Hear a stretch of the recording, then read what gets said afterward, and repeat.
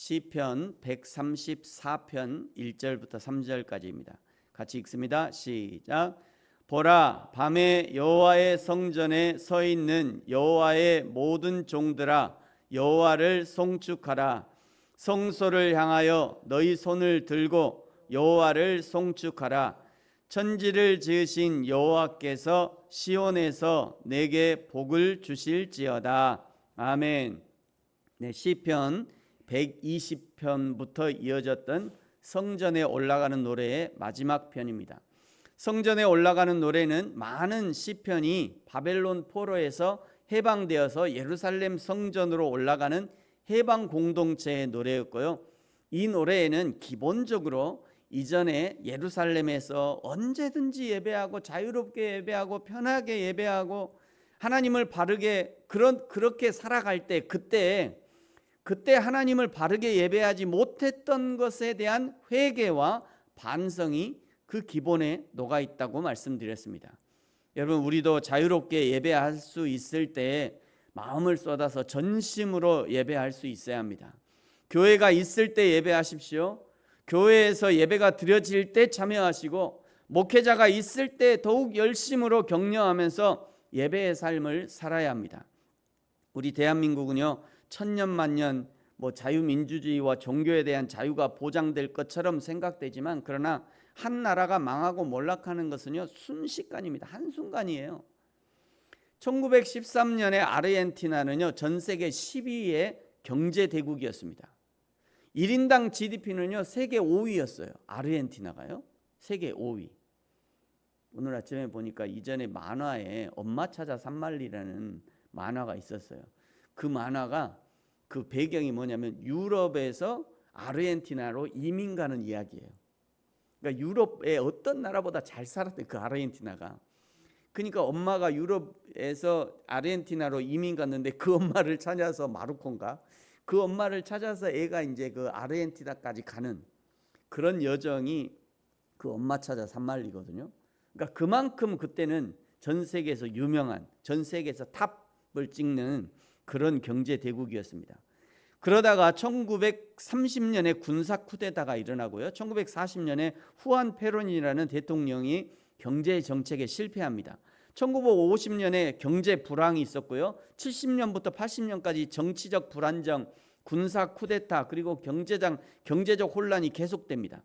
결국 1980년대 말에 IMF를 겪게 되죠. 우리도 IMF 겪었잖아요. IMF는요 망해가는 나라에 돈 지원해주고 끝이 아니에요.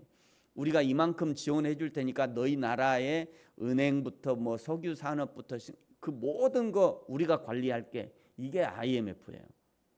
그러니까 IMF를 만약에 우리가 빨리 극복을 못했으면 큰일 날 뻔했어요. 결국은 이 IMF를 맞이하면서 그 아르헨티나는 완전히 끝장납니다. 그리고 지금까지도 아르헨티나는요 아주 심각한 경제 위기를 겪고 있어요. 만약 우리 대한민국이 이런 상황이 되면 우리가 마음 놓고 예배할 수 있겠습니까? 부르심교회처럼 작은 교회는요 유지할 수도 없을 거예요. 대부분의 교회들은 문을 닫게 될 것이고요, 큰 교회 건물들은 팔려나갈 것이에요. 성도들은 대혼란을 겪겠죠. 그러므로 오늘 예배할 수 있을 때 최선으로 예배하시기 바랍니다. 지금 자유롭게 예배할 수 있을 때 오히려 더욱 마음의 허리를 동이고 하나님께 예배할 수 있어야 합니다. 1절에요 밤에 하나님의 성전에서 노래하는 사람들이 있었다는 것을 알려주죠. 역대상 9장 33절에 보면요 이런 기록이 있어요. 또 찬송하는 자가 있으니 곧 레위의 우두머리라. 그들은 골방에 거주하면서 주야로 자기 직분에 전념함으로 다른 일은 하지 아니하였더라. 주야로 하나님을 찬양하는 일, 즉 성전에 찬양대가 있었다는 것이고요. 성전 찬양대는 전문직이었다는 거예요. 전문직. 가만 생각해 보면 여러분 교회에서 찬양대 하면서 페이 받아 보셨어요? 아무도 우리나라는 그런 거 안 하잖아요. 근데 제가 이제 그 예음신학교를 나와서 거기서 이제 목회자가 됐기 때문에 예음신학교에 이제 들어오는 사람들은 전부 다 뭔가 음악을 하려고 들어오는 거거든요. 막 피아노도 거의 그냥 그 전문가들이야 다. 자기는 교회에서 전문가로 교회를 섬기고 싶고 악기나 이런 거를 찬양이나 이런 걸로 교회를 섬기고 싶어서 예음신학교 오거든요. 근데 이제 그 신학교 졸업생들을 보면 거의 다 무급으로 합니다. 돈을 안 줘요 교회는. 왜? 봉사니까. 좀 아쉬워요 그런 부분은. 한국 교회가 그런 부분은 너무 인색해요. 열정페이라고 그러죠. 열정페이. 여러분 교회 돌아가셔서 교회에서 봉사하는 사람들이 있거든. 특별히 이제 음악이나 이런 그런 사람들이 있거든. 조금이라도 생각해 주셔야 돼. 교회에서 당연히 그렇게 해야죠. 그 사람들은 피아노 배우려고 어릴 때부터 피아노 연습해. 어릴 때부터 피아노 해가지고 그냥 그 정도 수준에 오른 거잖아요. 어릴 때부터 피아노 해가지고 그거 고생했다. 그거 네가 잘했다. 그거 하나님께 이렇게 쓰임 받는 게 너무 좋다. 그런 마음으로 일반 직장에 다니는 것처럼 그렇게는 못할지라도 격려 차원에서 저는 그렇게 하는 게 바람직하다라고 생각해요. 어쨌든지 이 야간에 찬양대의 직무를 감당했다는 것은 그 야간에도 하나님께 드려지는 제사가 있었다는 것을 알 수 있습니다.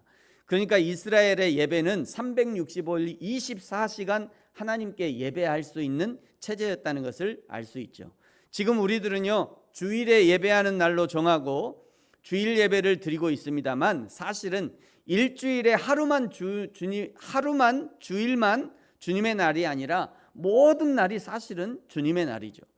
주일만 거룩하게 지내면 되는 것이 아닙니다. 월요일부터 주일까지 모든 날을 거룩하게 구별해서 하나님께 드려야 되는 것이죠.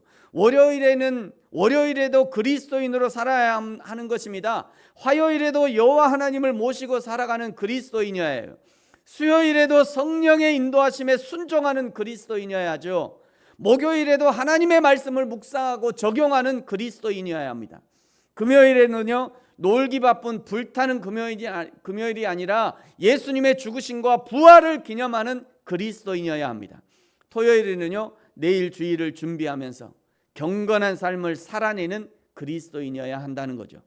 그러니 당연히 주일에는 이 모든 한 주간의 삶의 열매를 가지고 하나님 앞에 나아가 열정적으로 찬양하고 예배하는 그리스도인으로 살아가야 하는 것입니다. 2절과 3절의 찬양이 주일에 하나님께 올려드리기에 합당한 찬양 같아요. 여러분 우리 2절과 3절은 같이 한번 읽겠습니다. 시작. 성소를 향하여 너희 손을 들고 여호와를 송축하라. 천지를 지으신 여호와께서 시온에서 내게 복을 주실지어다. 아멘. 사랑하는 성도 여러분, 저와 여러분의 모든 삶이 하나님을 찬양하는 삶, 하나님을 예배하는 예배자의 삶이 되시기를, 밤낮으로 여호와 하나님을 찬양하고 주일부터 시작된 예배의 삶이 다음 주일까지도 이어지고 그 주일에는 삶의 열매를 가지고 하나님 앞에 올려드리고 1년 365일 24시간 여호와 하나님을 찬양하고 예배하는 삶이 되어지고 호흡하는 모든 순간에, 호흡이 있어지는 모든 순간에, 그리고 마지막 호흡하는 그 순간에도 여호와 하나님을 기억하고 예배하는 저와 여러분의 삶이 되어지기를 예수님의 이름으로 축복합니다. 기도하겠습니다. 하나님 아버지 감사합니다. 우리의 모든 삶이, 나의 모든 생각과 마음의 묵상이 여호와 하나님께 연락되는, 하나님이 받으실 만한 찬양의 삶, 예배자의 삶이 되어질 수 있도록 축복하여 주옵소서. 주일에만 열정적으로 예배하고 월요일부터 토요일까지 하나님을 잊어버린, 하나님과 상관없는 삶이 아니라 1년 365일 24시간 하나님을 의식하고 하나님과 동행하는 진정한 삶의 예배자로 하나님 앞에 설 수 있도록 성령 하나님 우리를 인도하여 주옵소서. 감사합니다. 예수님의 이름으로 기도합니다. 아멘. 하늘에 계신 우리 아버지여, 이름이 거룩히 여김을 받으시오며 나라가 임하시오며 뜻이 하늘에서 이루어진 것 같이 땅에서도 이루어지이다. 오늘 우리에게 일용할 양식을 주시옵고 우리가 우리에게 죄 지은 자를 사하여 준 것 같이 우리 죄를 사하여 주시옵고 우리를 시험에 들게 하지 마시옵고 다만 악에서 구하시옵소서. 나라와 권세와 영광이 아버지께 영원히 있사옵나이다. 아멘. 계속해서 기도하겠습니다.